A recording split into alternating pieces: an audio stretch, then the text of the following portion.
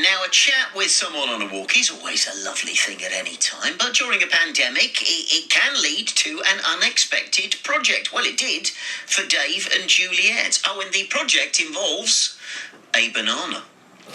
Although kind of it involves a lack of them.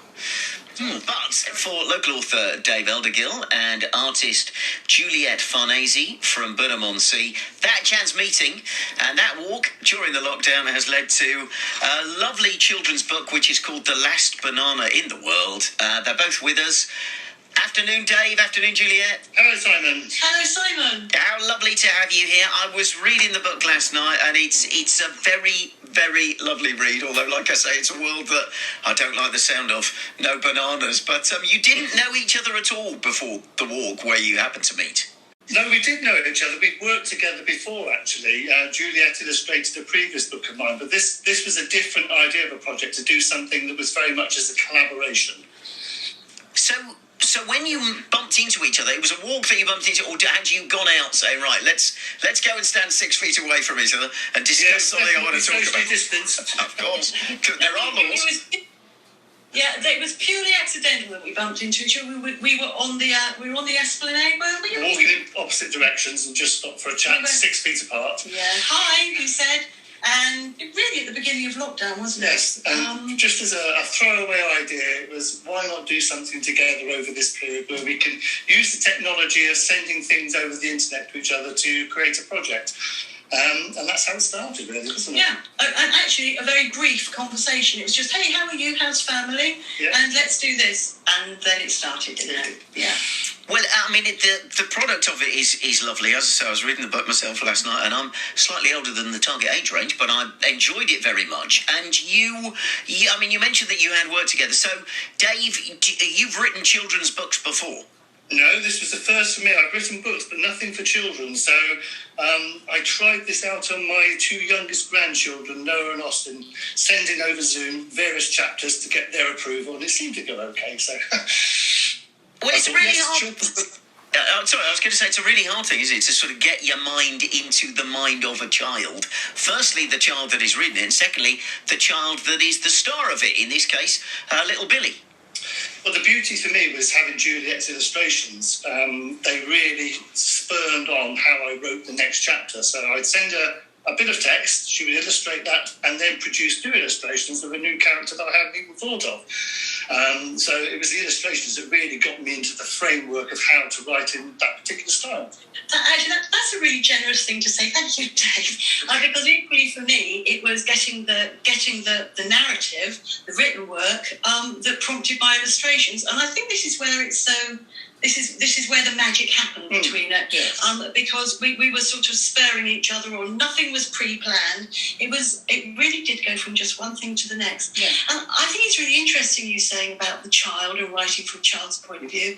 I think we kind of successfully found little kids within ourselves, perhaps. Yes, quite possibly. like we've all got, haven't we, somewhere? And that kind of kept us going, didn't it? It did. Well, it's really interesting to hear that it wasn't, here's all the text, now we need the pictures that go to it, go with it, because that's sort of how I imagine most other children's books are written. It's that, we have conversations with songwriters about which comes first, the lyrics or the music. So the fact that it was evolving to in and fro in and each thing led to another is even more wonderful. But doesn't that then mean that when you get to the end of a project that you don't know how it's going to start, that you're a bit all over the place? You not suddenly think, right, we need an extra 10 chapters here to tie up all of the loose ends. It's very strange the way it kind of works. It just organically all just melded into a natural conclusion, didn't it? I don't think there was any real hiccups, were there? No, there were no false starts, were there? It was fine and good. Mind you, having said that, Dave is used to writing songs and the lyrics as well, so perhaps, I don't know how you go about that, but he's also a songwriter. Wow, he's more talented than we deserve on this programme, I can tell you. But You're picking me up here, Juliet. The premise of the book, let's talk about the story. This book is called The Last Banana in the World.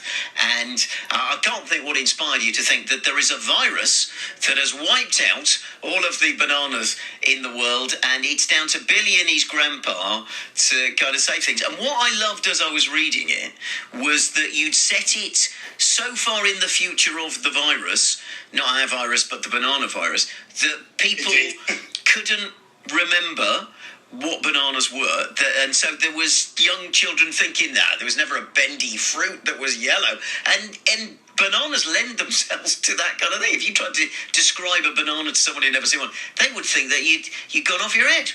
I can remember having a conversation with somebody, it was quite a few years ago now, but who told me what it was like when bananas first came back into this country after the Second World War, and the first time they'd ever seen a banana. I suppose those kind of things feed into the way your creative process. So, I mean, let's not give away the plot, but there is, as we say, this virus that has wiped out all of the bananas in the world. There is one that is still encased, and that's the bit of history that people flock to see in the Banana Museum. But there are more, and it all ends well, I'd like to think. I haven't quite got there yet. We don't like to give away the plot, though, do we? No, we don't like to give away the plot. Well, as I say, a world without bananas kind of just doesn't work for me at all. I was reading it thinking, God, imagine if there were no bananas. This would be terrible. So now that this project has come out, the book is actually out now, you rediscovered each other, as it were. Is this the start of many things? When you have a successful story about Billy and his grandpa Tom, and Morris the minor bird, are you likely then to think, right, we could do another one of these? Is this the start of something big?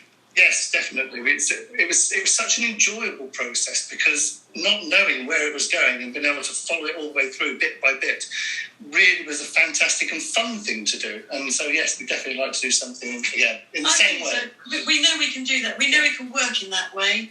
Actually, and also just to pop in there, it was really great to have that to do during lockdown. It was quite an anchor, wasn't it? So when we do it in the normal world, when you're busy working whatever you're doing and I am, we'll see how we get on. It might progress in a very different way. It might. We will see.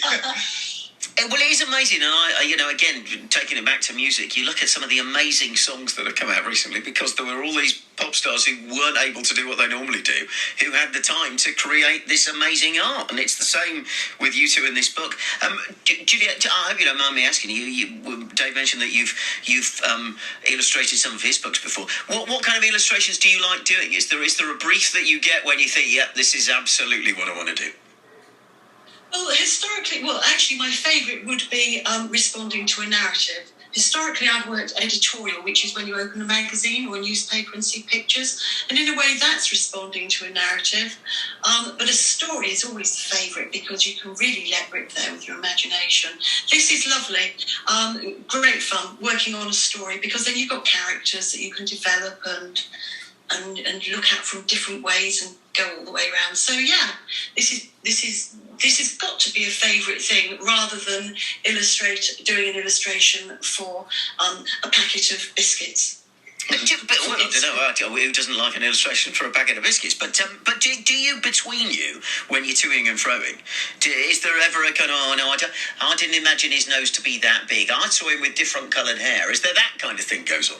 Dave, you didn't once do that to me, did you? Why does the baddie look like that? You just accepted them. I just accepted it, because they're such wonderful, quirky illustrations. And they were so good at prompting my imagination. It just took me to a new place. Oh, there's an interesting character. What can I say about this person? And equally, the pros were the same when they arrived. When they chanted through after a few days, and there'd be an email from Dave, and I opened it, and there'd be another chapter, which I read with relish, because we did it chapter. The chapters are really quite small, aren't they? Small little chapters, yes. I just loved everything I read, so it was kind of easy. It was easy. Yeah. Well, the reaction, because it's out now, it's out for sale. It's on the online. It's also in Hurley's bookshop in Burnham, and aimed at children aged 5 to 11. What feedback have you had so far? Well, I had the feedback from my grandsons as we were writing it, and that was actually a real spur to carry on, because they seem to really enjoy it. So, yeah. It doesn't get that. Yes, perfect. That's lovely. Me the same. Also, yeah. Well, if you win over your family, because they are your harshest critics, you've done well.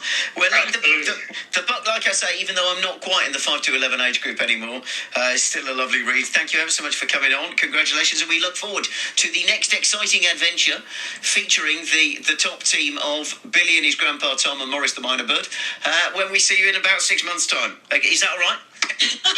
Yes, thank you. Thank you.